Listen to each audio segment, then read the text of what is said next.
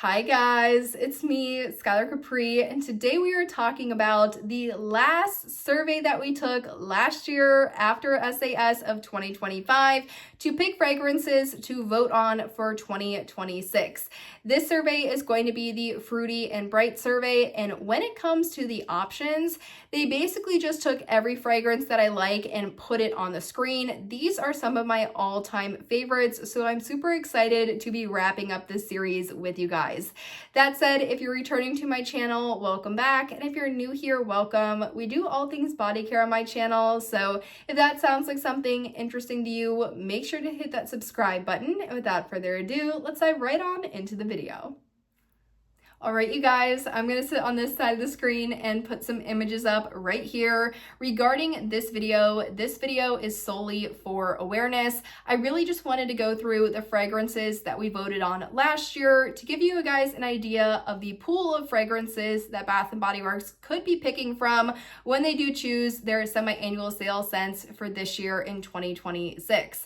I am not employed at Bath & Body Works nor affiliated with Bath & Body Works in any way, shape, or form. And as we get closer to the sale, which is rumored to be starting on June 15th, Bath & Body Works will definitely confirm the semi-annual sale lineup. This video is more so just for awareness as to what we voted on, and if any of these fragrances do end up coming back, I was able to make this video and give you guys a refresh as to what they all smell like and what my thoughts are. That said, let's dive into our first fragrance, and this is going to be Secret Wonderland.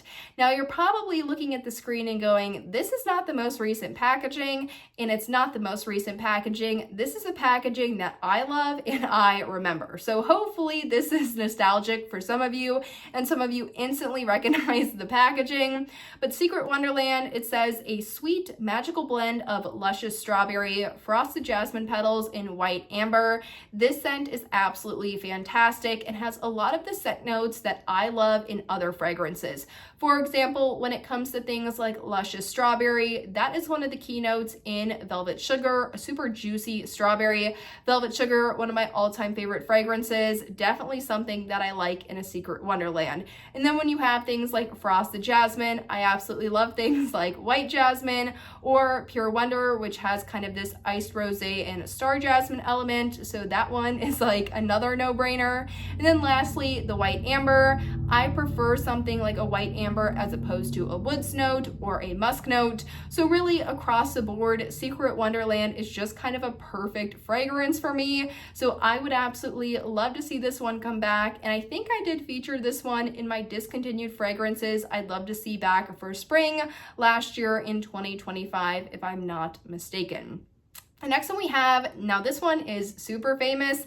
I feel like this one is not as up there as something like a Beach Nights, but definitely something that if you missed out on this, you hear about it all the time, and one you would like to see brought back, even if it's just to smell so you know what everyone's talking about, and that is going to be Sunset Glow. Now, Sunset Glow did release a couple of times. I think it released 2 times in total. One is more of this signature scent, which I'll put up on the screen right now. This is the packaging that I know as Sunset Glow, but also it came out as part of a trio where you had Poolside Cabana, Sunset Glow, and I believe the last one was Sparkling Orange Spritz. That one was also called the Straw Collection because the sprayer looked like a straw. So that one is pretty famous as well.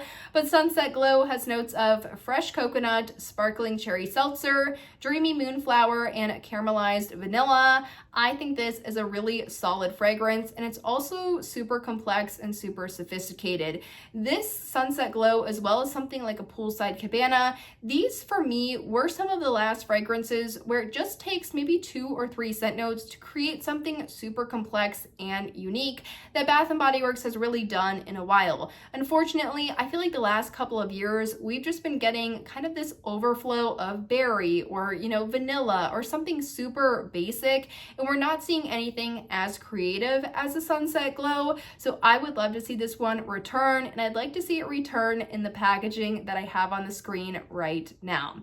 I told you guys this is one of my favorite sections, so I'm sorry if it sounds like every fragrance is my favorite. These were just ones that it was hard to pick because I like all of these. The next one we have is Black Cherry Merlot. I'm going to put up the last time we saw this fragrance available in the body care. And this, I want to say, is either fall of 2022 or fall of 2023, because this is the year that they also had Leaves, which I would love to see again back in body care. But Black Cherry Merlot has notes of dark cherry, black raspberry, and sumptuous Merlot. I actually own this one in a 3-wick candle right now, and I know you guys have requested a home care collection, so that is coming very soon. But this scent is really good. It's super deep. It's super dark cherry, juicy, fruity, and then you have that wine element to it as well. It just adds more of a level of sophistication. It's not super bright. It's more like subdued and almost dark in a way, but not like spicy or overly perfumey. So this one's a little bit hard to describe for me. It's almost like sunset glow. Take out the coconut, take out the flower, take out the basically not sunset glow at all. The more I do that, it's more like if you take a nice bright cherry scent and just really make it deeper. So that's how I would describe Black Cherry Merlot. Would love to see this back, and you will see this featured in my candle collection. Next one we have, I talked about this one for the Botanical in Blooms. No, I talked about this one. When did I talk about this one? Oh, I talked about this one when I did more of a broader SAS spoilers that was based off the original releases post from lifeinsidethepage.blogspot.com when I talked about Black Amethyst, because I always get Black Amethyst and this one confused, but this one is going to be Midnight Pomegranate.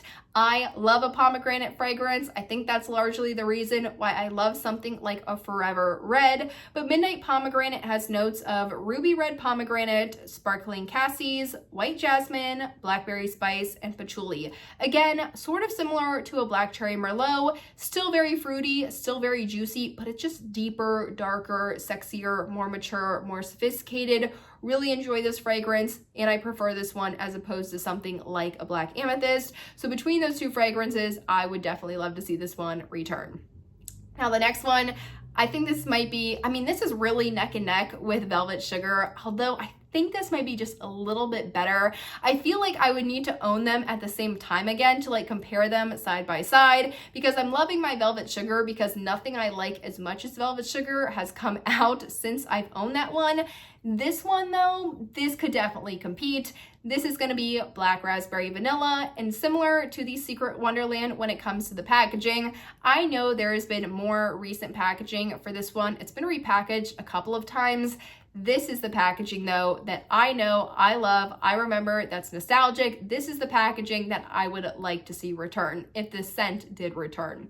This one has notes of fresh raspberry, vine-ripened blackberries, vanilla orchid, creamy sandalwood, and cashmere woods. This is the perfect combination of a deep, dark berry fragrance and a soft, creamy vanilla. Perfect for all year round, perfect for work, perfect for date night. This is such a solid fragrance. It's complex enough where you smell it and you're like, okay, that does not smell like everything else, but it's also simple enough that it's not extremely hard to layer with. You could definitely amp this one up with more vanilla. You could amp it up with more of a blackberry or a berry fragrance. You could also probably pull in some of your floral fragrances based off the vanilla orchid that's a part of this one. I could definitely see the combinations there. Absolutely love this one. It's super solid. One that I owned, one that my mom had. I remember getting to use some of it and feeling so excited because I loved this fragrance. So this is probably my number one fragrance of everything that we've talked about across this entire series that I would love back. But when you're thinking about the other ones in the juicy or the fruity and bright survey altogether, these are all very, very competitive. Now the last one we have is going to be Sun-Ripened Raspberry.